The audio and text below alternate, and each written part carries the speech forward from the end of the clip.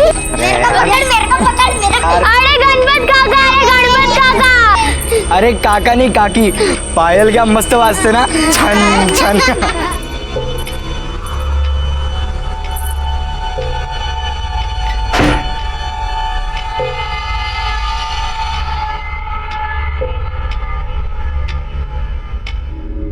सचिन, क्या कर रहे बेटा?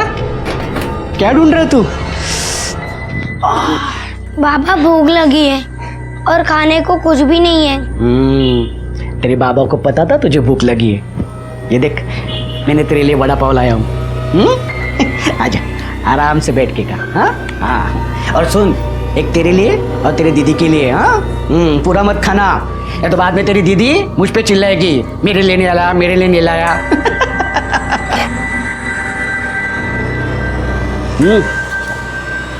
कहाँ है तेरी दीदी? पता नहीं. पता नहीं मतलब? बाबा, जब से तुम गए हो मैंने भी उसे नहीं देखा. अरे देवा, सोनाली.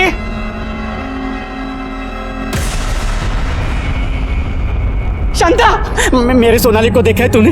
अरे नहीं रे बाबा, मैंने तो उसको कल से नहीं देखा. मेरे को लगा कि वो घर में ही होगी. अरे देवा, मैं कहाँ ढूंढूंगा मैं उसको? कहाँ चली गई है मेरी सोनाली? अरे सोनाली. अरे बाबा, ए पोरा गणपत, तू टेंशन न ले रे. तू घर को जा. कल सुबह हम लोग जाएंगे उसको ढूंढने को. हाँ, जा बाबा, जा रे पोरा, जा. बेचारी बहुत दर्द में, इतनी छोटी सी उम्र में इतना कष्ट. अरे देवा, क्या हुआ होगा मेरे बच्चे को? बाबा मेरे बच्चे का पता लगाइए. हर प्रश्न का निवारण इतने आसानी से नहीं होता. उसके लिए प्रभु की सेवा करनी पड़ती है, उनकी पूजा करनी पड़ेगी. तो कीजिए ना पूजा, लेकिन कुछ भी करके मेरे बच्चे का पता लगाइए. प्रभु की पूजा विधि का खर्च 5,000 आएगा. 5,000?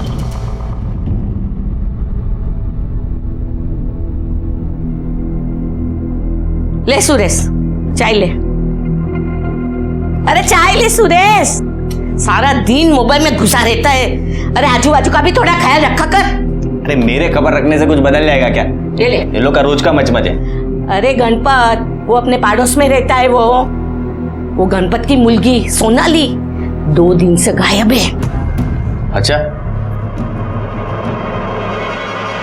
क्या तू भी दुनिया भर का मचमच लेके पालती है? अरे तुझे तो कुछ कहना ही बेकार है, किसी बात का फर्क नहीं पड़ता इससे.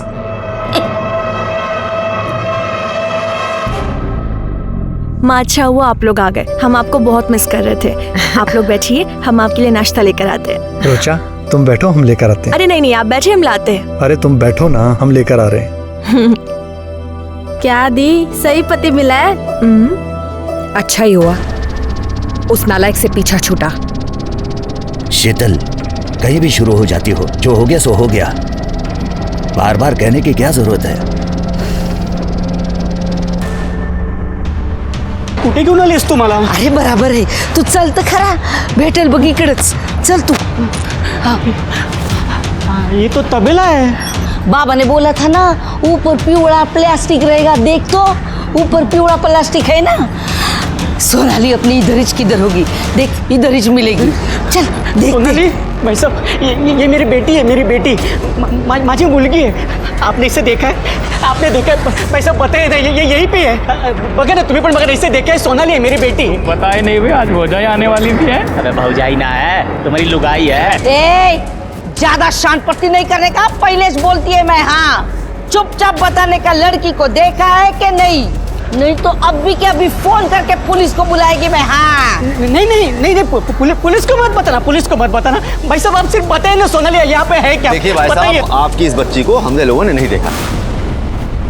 रुचा, अरे कहाँ हो तुम रुचा? ये लो, मैंने सब्जियों की लिस्ट बना दी है, सब कुछ ले आना, कुछ भूलना मत. क्या करें, जब से शादी की है ना, हमें कुछ याद ही नहीं रहता. अच्छा, तो आपको ना बादाम खाने की जरूरत है, बादाम भी लेते आना. हमें बादाम की जरूरत नहीं है, हमें एक किसकी जरूरत है. दूंगी ना, जाओ, मुझे सब्जी बनानी अरे, लेट एक हो रहा किस है। चाहिए? नहीं, अरे, एक किस तो नहीं, दो। जाओ जाओ जाओ जाओ जाओ। तुम भी ना।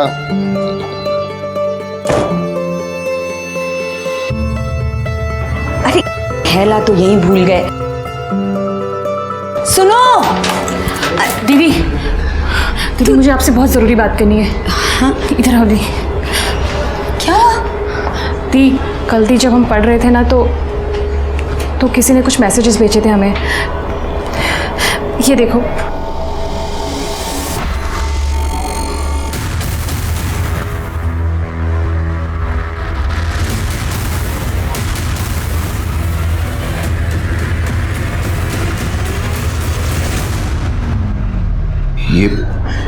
ये सब तुम्हारे फोन में कहाँ से आया? पापा ये वीडियोस वायरल हो चुके हैं। हम यही बात कल रुचा दी को बताने भी गए थे। यहाँ लोकेलिटी में भी हमारे सारे दोस्तों को ये वीडियोस और फोटोज मिले हैं। कल से फ़ोन आ रहा है। हमने तो तंग आकर अपना मोबाइल भी बंद कर दिया था।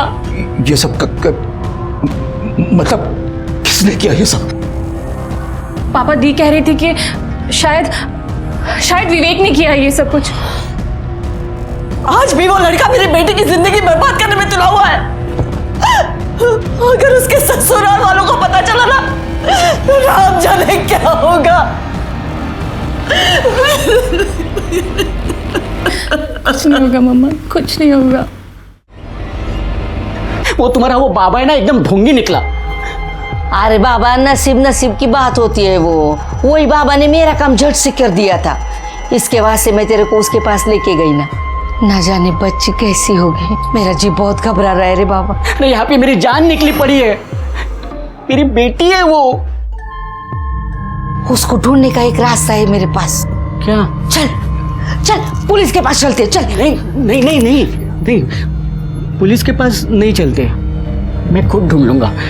मुझे किसी की जरूरत नहीं है। नहीं।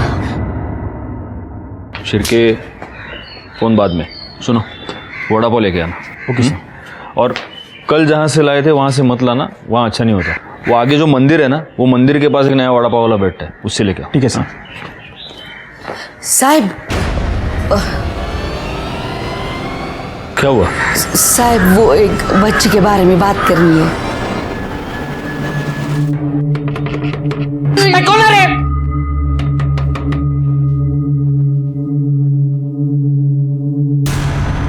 गणपत पाटिल जी साहब, लेकिन क्या हुआ? आपको बड़े सामने पुलिस स्टेशन में बुलाया है।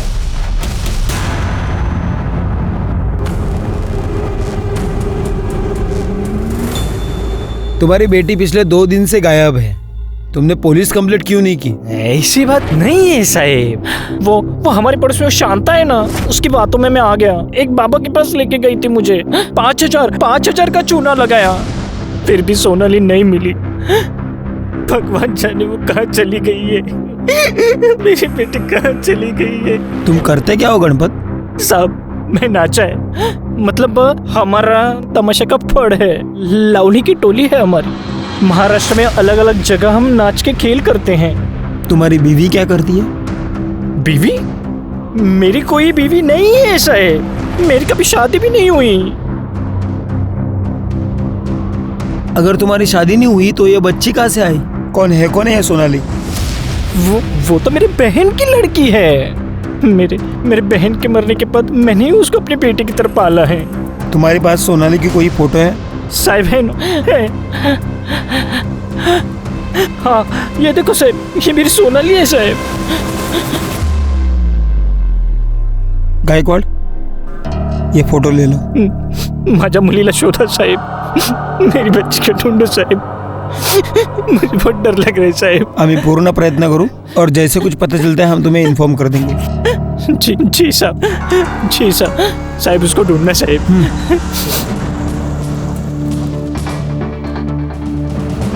गायकवाड़, ये जिस बस्ती में रहता है और इसकी ये जो तमाशा की टोली है, वहाँ पर जरा उसके बारे में पूछताछ करना। इसके मोबाइल लोकेशन और कॉल डिटेल्स भी निकालो।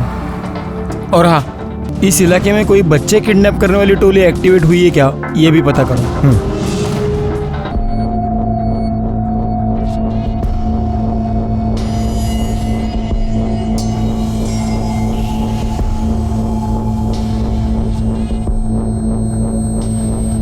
बेटा तुम सोनाली को जानती हो?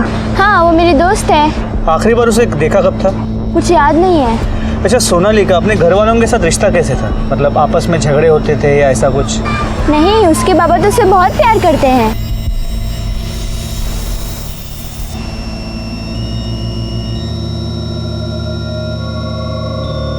क्या हुआ बेटा, तुम इन बच्चों के साथ खेल क्यों नहीं रहे? नमस्कार साहब, ये प्रतीक ऐसा ही है, ज़्यादा किसी से बात नहीं करता। आप? मैं बाबा हूँ साहब। ठीक है, अगर सोनाली के बारे में कोई भी इंफॉर्मेशन मिलती है तो पुलिस को इन्फॉर्म कीजिएगा। हो साहब। गणपत की बेटी, उसकी तो शादी ही नहीं हुई। सोनाली उसकी बहन की बेटी है। उसका तो कोई परिवार ही नहीं है, फिर बहन बेटी कहाँ से आए? झूठ क्यों बोला? हाँ, सोनाली को उठा के लाया था ना तू? नहीं। और ये सचिन, इसे भी उठा के लेके आया ना? हाँ? नहीं साहब, मैं उठा के नहीं लेके आया उनको। साहब वो 3 साल पहले मैं अपने तमाशा मंडली के साथ सातारा गया था, वहाँ पे मुझे सोनाली मिली। और अभी 6 महीने पहले ये सचिन मिला साहब। साहब मैंने उठा के नहीं लेके आया उन्हें। साहब ये अनाथ थे, रास्ते में भटक रहे थे और उन्हें कोई देखने वाला भी नहीं था, तो मैं उनको अपने साथ लेके आया। मेरा तो कोई परिवार है ही नहीं ना साहब, और मैं जानता हूँ साहब अनाथ और अकेले होने का दुख क्या होता है। मैं उन्हें अपना परिवार देना चाहता था साहब, आपका प्यार देना चाहता था। मैं उठा के नहीं लेके आया साहब। देखो गणपत, तुम ऐसे किसी को भी सड़क से उठा के घर पे नहीं लेके आ सकते। तुम्हें उन्हें कानूनी तौर पे गोद लेना होगा, और तब तक ये सचिन एनजीओ में रहेगा। सचिन मेरे बच्चे को मत लेके जाइए। सचिन मेरे बच्चे को मत लेके जाइए। माझ्या मुलाला नका घेऊन जाओ सचिन। हमारे वीडियोस और फोटोज वायरल करने की तुम्हारी हिम्मत कैसे हुई? तुम क्या कह रही है? वो सारे फोटोज और वीडियोस तो मेरे पुराने फोन में थे, और वो फोन में कब का बेच चुका हूँ। बेच दिया बिना वो वीडियोस और फोटोज डिलीट किए? तुम्हारा दिमाग खराब हो गया है क्या? देखो मैंने कुछ नहीं किया है, और तुम बेकार में मेरे को परेशान मत करो यार। एक बात ना कान खोलकर सुन लो, अगर ये वीडियोस और फोटोज हमारे पति या ससुराल वालों ने देख लिया ना तो हम बर्बाद हो जाएंगे, और अगर ऐसा हुआ ना तो हम तुम्हें भी कहीं का नहीं छोड़ेंगे। वो सारी वीडियोस और फोटोज तुम्हारी बीवी को भेज देंगे और पुलिस वालों को भी दे देंगे। हेलो,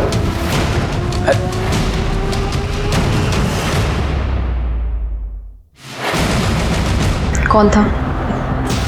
अरे वो हेड ऑफिस से बॉस का फोन था। किसी लड़की से बात कर रहा था ना तू? मैंने आवाज सुनी। सोनाली 10 साल की बच्ची है, और 10 साल की बच्ची कहीं रास्ता भटक जाए ये थोड़ा सा इम्पॉसिबल लगता है। अब 2 ही ऑप्शंस बचते हैं, या तो वो अपनी मर्जी से कहीं गई है या फिर किसी ने उसे किडनैप किया है। वहाँ के लोगों ने तो बताया कि सोनाली बहुत ही प्यारी बच्ची थी, गणपत के साथ भी काफ़ी घुली मिली थी, तो ऐसे में घर छोड़ के भाग के जाना मुझे नहीं लगता। तब तो एक ही ऑप्शन बचता है, सोनाली को किसी ने किडनैप किया है। पर किसने? क्योंकि गणपत को अभी तक कोई रैंसम कॉल नहीं आया, किसी ने उससे पैसे नहीं मांगे। या तो किसी की गणपत के साथ कोई पुरानी दुश्मनी है, या फिर सोनाली फ्लैश ट्रेडिंग करने वाले किसी रैकेट में फंस गई है। तो गणपत की किसी के साथ कोई दुश्मनी की कोई बात सामने नहीं है, और कबलियों को अलर्ट कर दिया है। अगर कहीं भी कोई फ्लैश ट्रेड का रैकेट चल रहा होगा तो हमें इन्फॉर्मेशन मिल जाएगी। गायकवाड़, पता नहीं कि मुझे से बार बार लग रहा है कि इस केस में हमसे कुछ छूट रहा है। अच्छा एक बात बताओ, ये गणपत के घर के आसपास कोई सीसीटीवी कैमरा है? नहीं सर। अभी मलाड पुलिस स्टेशन से फोन आया था, उन्हें एक 10 साल की बच्ची की लाश मिली है।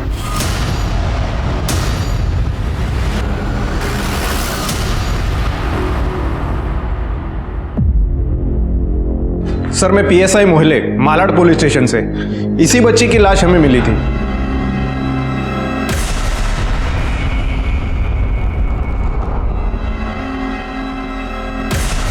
सोनाली नहीं है।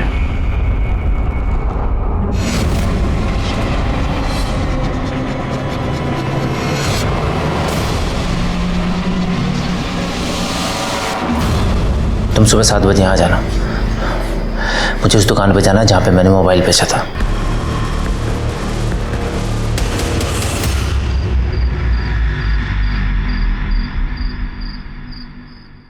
कह रहे हैं प्रतीक, किधर? इतनी रात को किधर चला? हाँ? तेरे आई को मालूम है क्या? तो साफ साफ बता, मेरा मोबाइल किसको बेचा? क्या भाई, आपके साथ गलत नहीं करूंगा मैं। आप सुरेश के बॉस है ना, यही आपको मेरे पास लेके आया था। हाँ तो बता ना मेरा मोबाइल किसको बेचा। अरे भाई 1 महीना हो गया आपका फोन खरीद कर, मुझे कैसे याद रहेगा किसको बेचा। तेरे अलावा दुकान में और कौन रहता है? मेरा भाई मनोज। कहाँ उसको बुला। वो यहाँ नहीं है, गाँव गया हुआ है, और उसे भी कैसे याद रहेगा। अच्छा आप बताइए तो सही, हुआ क्या है? हुआ नहीं है, होने वाला है। तुझे पता है तेरी वजह से कितनी जिंदगियां बर्बाद होने वाली है।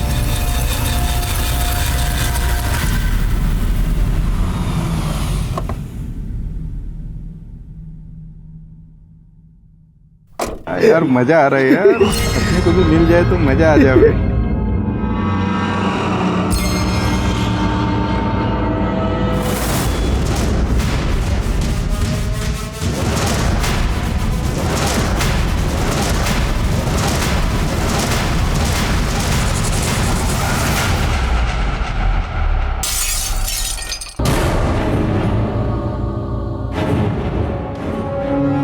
हमने कभी नहीं सोचा था कि हमारी शादी ऐसी कैरेक्टरलेस लड़की से हो रही है। अच्छी तरह से समझ गए कि क्यों तुम्हारे माँ बाप शादी करने की जल्दी किए बैठे थे, क्योंकि उन्हें तुम्हारी सारी करतूत पता थी और अपना पाप हमारे हमारे गले में बांध दिया। अतुल, हमारी बात मान लीजिए, ऐसा नहीं है जैसा। चुप करो तुम, अब कहने सुनने के लिए कुछ नहीं बचा है। उस वीडियो में तुम ही हो ना, बोलो तुम ही हो ना उस वीडियो में। चलो यहाँ से, हमारे घर से, हमारी जिंदगी से। आइंदा हम तुम्हारी शक्ल कभी नहीं देखेंगे, समझे तुम? निकलो अतुल प्लीज, निकलो। हमारी बात सुनिए अतुल, अतुल हमारी बात सुनिए। निकलो, जाओ।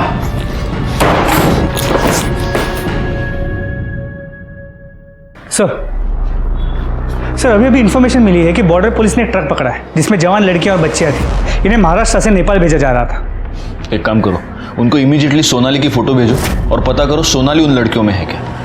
अच्छा, मैंने उस गणपत के CDR और मोबाइल लोकेशन मंगवाए थे, उसका क्या हुआ? सर उसका मोबाइल लोकेशन और CDR बिल्कुल क्लीन है। जैसा उसने कहा था 1 तारीख की सुबह वो कांदिवली वेस्ट से निकला, फिर वापस घर आया और उसके बाद वो सीधे नासिक चला गया। वो 2 तारीख को वापस आया। वापस क्यों आया? सर नमस्ते। बोलो। साहब वो सोनाली है ना,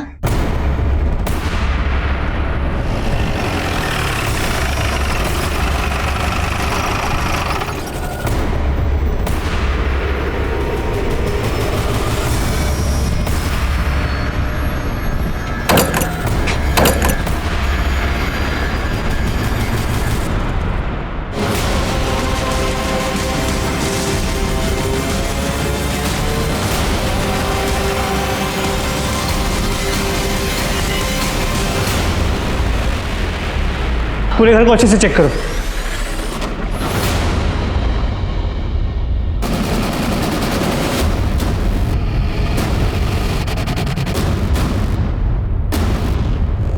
ये कपड़ा किसका है? मेरा है।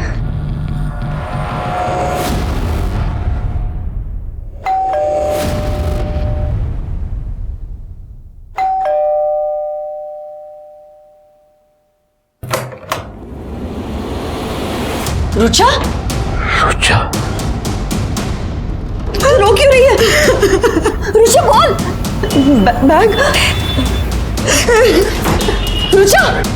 दीदी, दीदी दरवाजा खोलो। हम इस कमीने विवेक को छोड़ेंगे नहीं, सब कुछ उसी का किया धरा है। मुझे अपने घर जाना है, प्लीज अंकल, मुझे अपने घर जाना है। हाँ बेटा, तुम्हें अपने घर भेजेंगे। हाँ, मेरी बच्ची कहाँ है? मेरी बच्ची, मेरी बेटी कहाँ है? सोनाली, सोनाली मेरी बच्ची कहाँ थी तू? अरे देवा, तुझे कुछ हुआ तो नहीं ना? मेरी बच्ची। हो गया नाटक, तमाशा, गण गवळण हो गया। गायकवाड घेऊन या।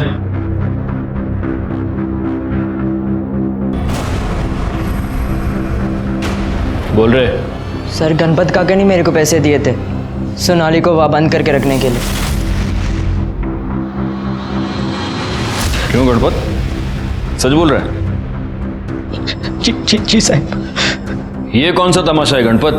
अपनी बेटी को किडनैप करवाया, उसे बंद करके रखा, किस लिए? मेरी मजबूरी थी साहब। साहब 1 तारीख को नासिक में मेरे लावणी का खेल था, इसलिए 1 तारीख को मैं सुबह सुबह नासिक के लिए निकला और आधे रास्ते में मेरे को याद है कि मैंने नाटक के कपड़े लिए नहीं, वो मैं घर पे ही भूल गया, तो मैं वापस घर पे आया था। इसीलिए उस दिन तेरा मोबाइल लोकेशन वापस तेरे घर का था। मेरी बच्ची भी ना हमेशा ऐसा घर खुला छोड़ के कहीं चली जाती है।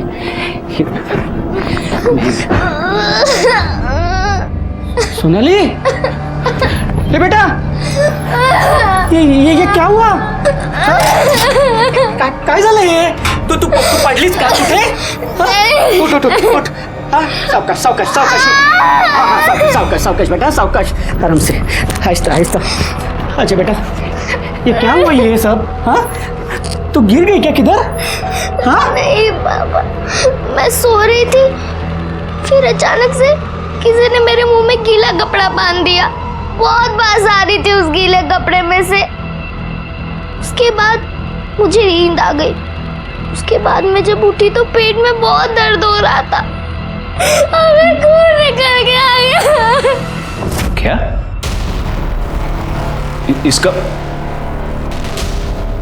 इसका मतलब इस बच्ची के साथ रेप हुआ है? जी सर। तो फिर तुम पुलिस स्टेशन क्यों नहीं आए? मैं बहुत घबरा गया था साहब। ये दोनों बच्चे मेरे नहीं है साहब। मेरे को लगा कि आपको अगर पता चल जाएगा तो आप मेरे दोनों बच्चों को मेरे से अलग कर देंगे साहब। तो मेरे को ऐसा भी लगा कि शायद आपको ऐसा लगेगा कि मैंने ही सोनाली के साथ कुछ गलत किया है, और मैं चाहता था साहब कि सोनाली के साथ जो भी हुआ है वो किसी को पता ना चले साहब। तो ऐसे कितने दिनों तक बंद करके रखने वाले थे उसे? कुछ ही दिन साहब। बाद में मैं उसको लेके आने वाला था घर पे और फिर बताने वाला था कि सोनाली मिल गई साहब। फिर उसकी ये बलात्कार की बात किसी को पता नहीं चलती ना साहब। नहीं, तू झूठ बोल रहा है, ड्रामा कर रहा है।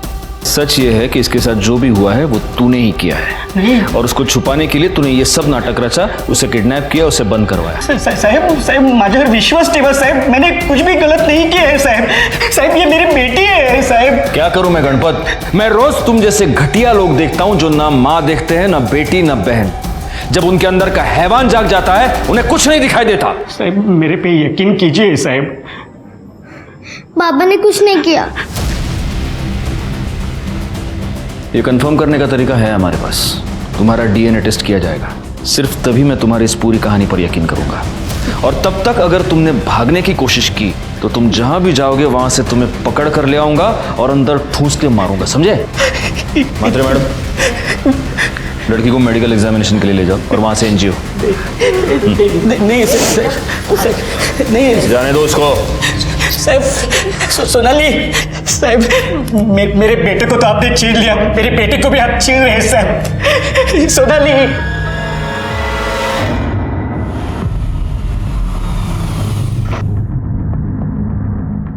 तो आप इस विवेक थापर की कंप्लेंट क्यों लिखवाना चाहते हैं?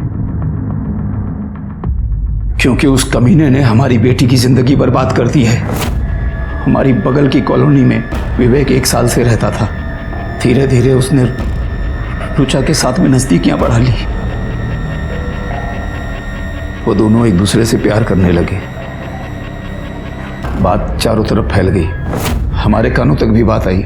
हम पढ़े लिखे लोग हैं सर। हमने सोचा कि रुचा अगर उस लड़के से प्यार करती है तो हमें शादी कराने में कोई दिक्कत नहीं होनी चाहिए।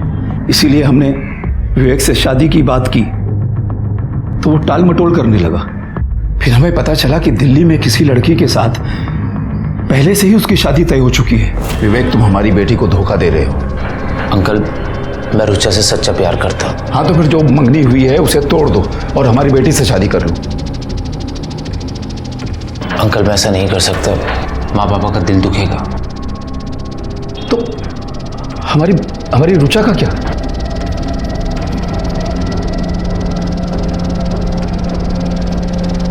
I am sorry. उसने हमारी बेटी की जिंदगी बर्बाद कर दी थी। रुचा टूट गई थी। 6 महीने पहले रुचा को समझा बुझाकर हमने उसकी शादी अतुल से कर दी। सब कुछ ठीक ठाक चल रहा था, बहुत खुश थी हमारी बेटी वहां कि अचानक इस विवेक ने कुछ अपनी और रुचा की व्यक्तिगत फोटोज और वीडियोस सर्कुलेट कर दिए। हमारी बेटी की जिंदगी बर्बाद हो गई सर। उसके पति ने उसे छोड़ दिया है सर। ये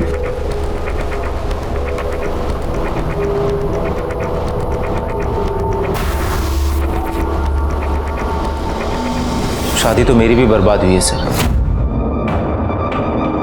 क्या है ये सब कुछ? तुम इतने टाइम से मुझे धोखा दे रहे थे। रुचा के साथ मेरा अफेयर था, लेकिन हमारी शादी से पहले। और ये फोटोज और वीडियो जितने भी है ना, सब मेरे पुराने फोन में थे। मुझे सच में नहीं पता कि ये वायरल कैसे हो गए। देखो तुम मेरी बात तो समझो। Shut up. तुम नहीं समझोगी तो कौन समझेगा यार। हेलो माँ, मैं कल की फ्लाइट से दिल्ली आ रही हूँ। मैं फोटोज और वीडियो कैसे वायरल कर सकता हूँ? मैंने कुछ नहीं किया सर। मेरा फ़ोन टूट गया था। मैंने अपने ड्राइवर सुरेश को अपना फ़ोन दिया उसे बेचने के लिए। मैंने नया फ़ोन ले लिया। ये सब कुछ उस पुराने फ़ोन में था। और ये कैसे वायरल हो गया सर, मुझे नहीं पता। फ़ोन बेचने के लिए कब दिया था? 1 महीना पहले। और किसको बेचा था? सर मेरे ड्राइवर सुरेश ने उसे किसी प्रकाश नाम के बंदे को बेचा था, जिसकी मोबाइल की दुकान है। मैं उसके पास पूछने भी गया, लेकिन उसने बोला मुझे कुछ याद नहीं है। साहब, वो जो गाड़ी में बैठा है ना साहब, हाँ, वो आपसे मिलना चाहता है। ठीक है।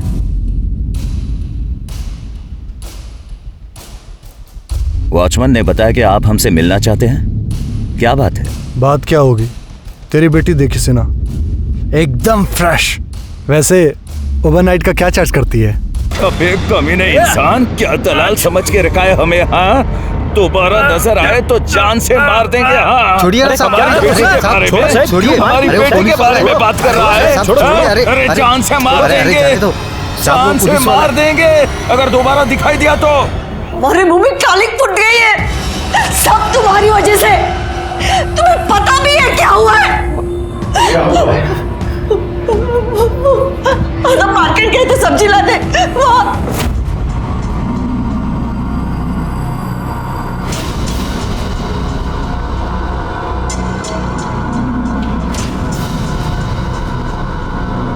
ये कैसा दिया?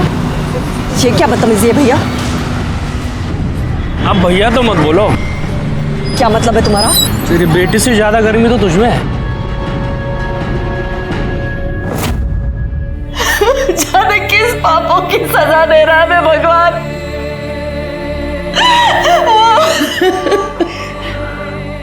हमें तो लोग यहाँ दलाल समझने लगे हैं। एक आदमी हमारी ही बेटी के सौदे की बात कर रहा था हमसे। पापा, मम्मी, ये देखिए।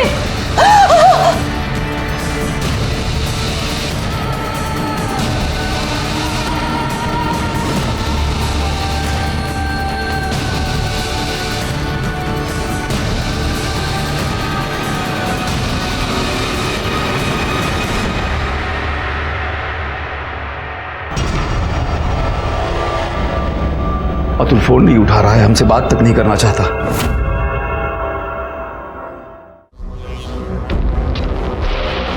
हमने कभी नहीं सोचा था कि हमारी शादी ऐसी करेक्टरलेस लड़की से हो रही है। अच्छी तरह से समझ गए कि क्यों तुम्हारे माँ बाप शादी करने की जल्दी किए बैठे थे, क्योंकि उन्हें तुम्हारी सारी करतूत पता थी और अपना बाप हमारे गले में बांध दिया। पापा, आदित्य ने मैसेज किया है, उसने शादी तोड़ दी है। पापा, हमारे साथ ये क्या क्या हो रहा है?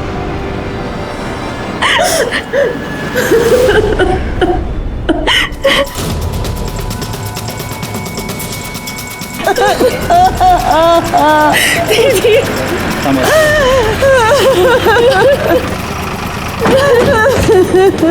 पीछे हो जाइए।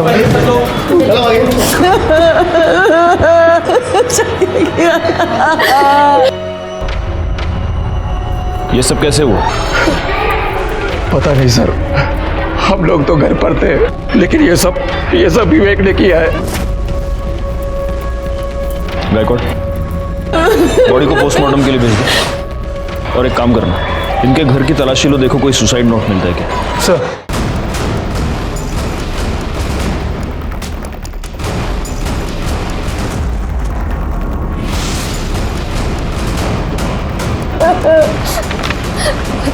सर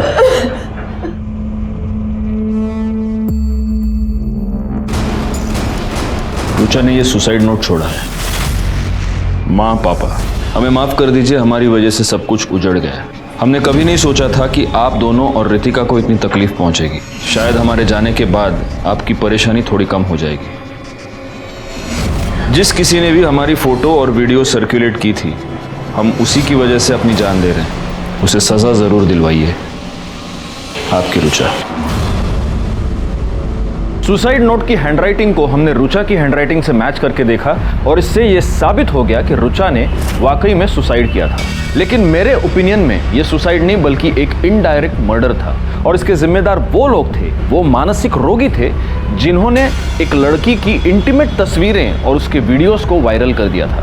मैंने इन अपराधियों को सजा देने की ठान ली, लेकिन बहुत पिटाई के बाद भी मोबाइल शॉप का ओनर प्रकाश हमें यह नहीं बता रहा था कि उसने वो मोबाइल आखिर किसे बेचा। ऐसे में उस मोबाइल के IMEI नंबर से हमें उस मोबाइल के नए खरीदार के बारे में पता चल गया। साहब बता दो, छोड़ दो साहब। साहब मैंने कुछ नहीं किया साहब, कुछ नहीं किया साहब, कुछ नहीं किया साहब मैंने। इसी को बेचा था ना तूने मोबाइल? हाँ हाँ साहब।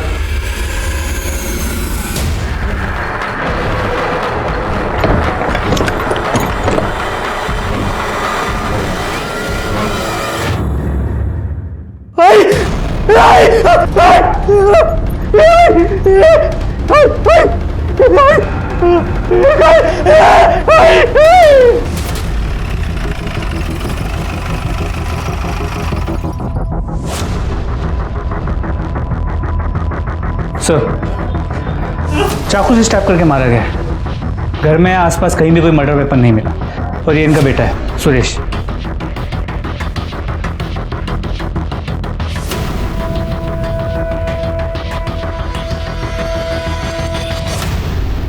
सुरेश, तुम्हारी माँ की लाश को सबसे पहले देखा किसने? मैंने कल आधी रात जब मैं घर पे आया तो देखा आई के साथ, पता नहीं किसने ये। कल रात? लेकिन फोन तो हमें थोड़ी देर पहले ही आया। रात को फोन क्यों नहीं किया?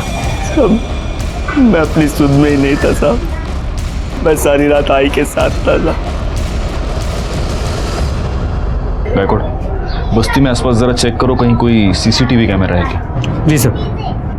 तुम्ही ने रुचा और विवेक का वीडियो वायरल किया था ना? पिछले 2 दिन से कहाँ थे तुम? मैं बहुत डर गया था साहब। मैंने प्रकाश से वो फोन सस्ते में खरीद लिया था साहब। मुझे उसमें विवेक साहब और रुचा मैडम के वीडियोस और फोटो भी लेते साहब। डिलीट नहीं किया तो ऐसे ही मस्ती मजाक में अपने दोस्त महेश और दत्ता को सेंड कर दिया। लोगों ने वो वायरल कर दिए साहब। उन दोनों का नंबर दो। सुरेश की मां सावित्री का किसी ने बेरहमी से खून कर दिया था। अब सवाल यह था कि सावित्री के साथ किसी की क्या दुश्मनी हो सकती थी? कहीं ऐसा तो नहीं था कि यह खून सुरेश की वजह से हुआ था, क्योंकि सुरेश ने ही विवेक और रुचा दोनों के फोटोज और वीडियोस वायरल किए थे, जिसकी वजह से इन दोनों का घर टूट गया था और रुचा ने तो अपनी जान दे दी थी।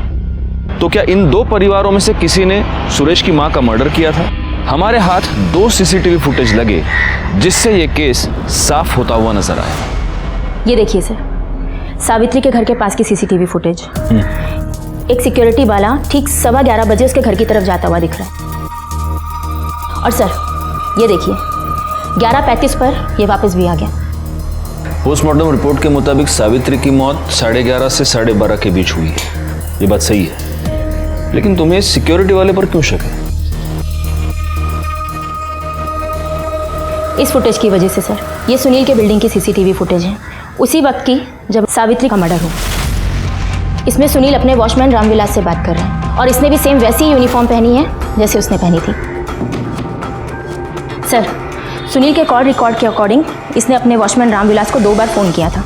हमने रामविलास के फ़ोन डिटेल्स और लोकेशन डिटेल्स भी निकलवाए हैं। और इसमें सबसे ज़्यादा हैरान करने वाली बात यह है सर कि रामविलास का फ़ोन का लोकेशन सावित्री के घर के पास ही था, उसी रात 11:30 बजे। गायकवाड़, इस रामविलास को उठाओ और सिन्हा को भी। सर। गुस्सा तो बहुत आया होगा तुम्हें सुरेश पर। बहुत। तो सुरेश को मारते उसकी मां को क्यों मरवाया? हमने किसी को नहीं मरवाया साहब। हाँ, मरवाने की कोशिश जरूर की थी। जब हमें पता लगा कि यह सब कुछ उस सुरेश का किया धरा है, हमने रामविलास को पैसे दिए और कहा कि मार दो उसे। कितने की सुपारी दी थी? हाँ? 50,000। और उसके बाद रात 11:30 बजे हम सुरेश को मारने उसके घर पहुंचे तो वहां पर पहले से ही बुढ़िया मरी पड़ी थी। कोई 10-15 मिनट पहले किसी ने मारा होगा और वो सब देखकर हम घबरा गए और वहां से भाग पड़े। झूठ बोल रहा है तू। सच ये है कि तू सुरेश को मारने उसके घर गया, लेकिन गलती से तूने उसकी माँ को मार दिया। और अब मुझे तू कहानी सुना रहा है। हाँ? हथियार किधर है बोल। साहब सच। ए चुप! हथियार किधर है बोल। विश्वास कीजिए साहब, हमने नहीं मारा है उसको। वो पहले से मरी पड़ी थी साहब, उसका मर्डर हमने नहीं किया है। ऐसे नहीं माने गए। गायकवाड़, दोनों को अंदर रखो और अपने तरीके से पूछताछ करो। वो सच कह रहे हैं साहब, वो बुढ़िया मरी पड़ी थी साहब। अरे साहब हमको क्यों पकड़ रहे हैं साहब? अरे हमको क्यों मार रहे हैं साहब? पेपर वर्क पूरा होना चाहिए ना मात्रा मैडम। इसमें वो कॉल डिटेल्स की रिपोर्ट है ही नहीं। ऐसे कैसे काम करते हैं आप? सर। और तुम लेट क्यों है? हाँ? और पुलिस स्टेशन है का धर्मशाला है? सर सर सर, आपके लिए वड़ा पाव लेके आया हूँ। वो गणेश नगर में नई शॉप खुली है ना, जहाँ हमेशा भीड़ होती है, वहाँ लाइन में खड़े देके लाया हूँ आपके लिए। लीजिए। पहले मात्रे मैडम को खिलाओ। लीजिए लीजिए। Thank you sir. ये अच्छा काम किया तुमने गायकवाड़। सर मिर्ची। हाँ हाँ दो।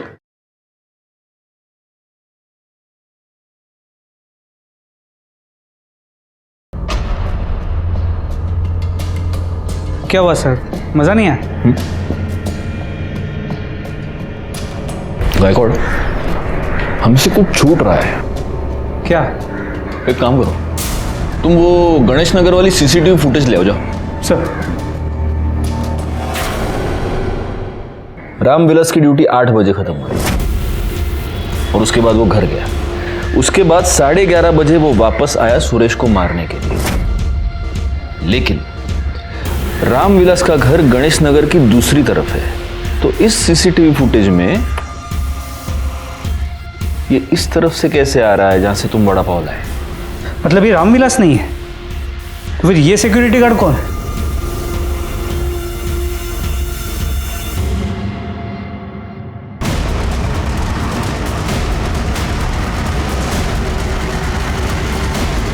ये है हमारा असली खून।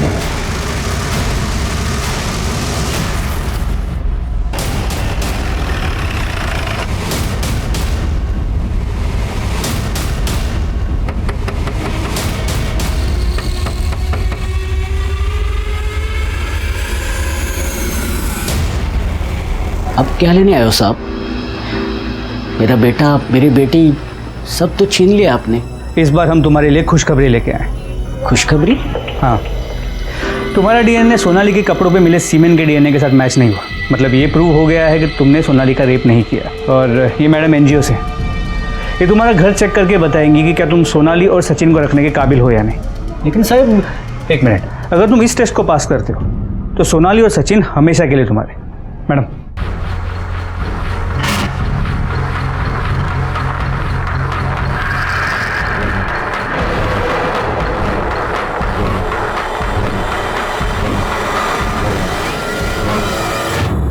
सर।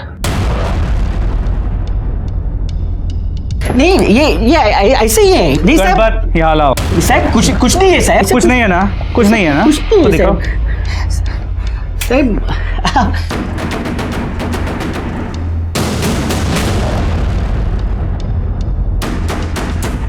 बहुत मेहनत की है ना इसे साफ करने की। लेकिन गणपत तुम एक बात भूल गए, अपराध के निशान इतने आसानी से साफ नहीं होते।